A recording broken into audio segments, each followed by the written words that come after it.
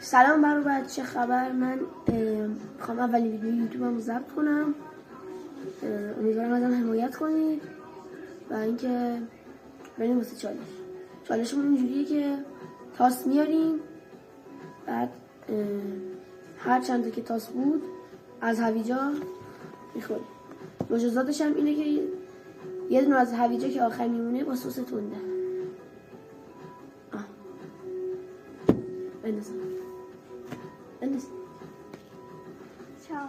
چهار.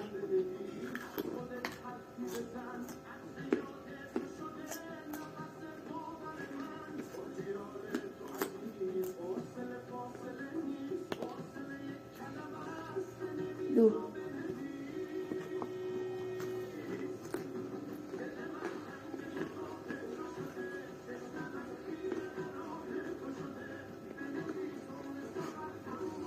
سخته نه؟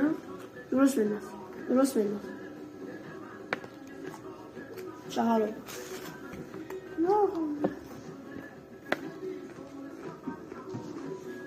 سه. یک. الان هر یک بیاره اینو میخوره.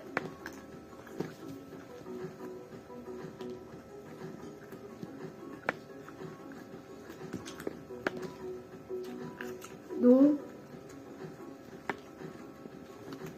پنج. دو.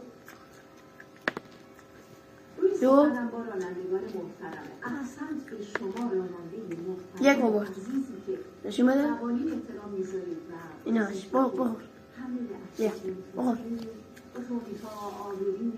بیزوش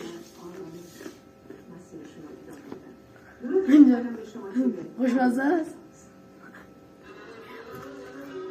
ممنون میشم که منو لایک کنید، حمایتم کنید. اگه سابسکرایب هم مرموش نشه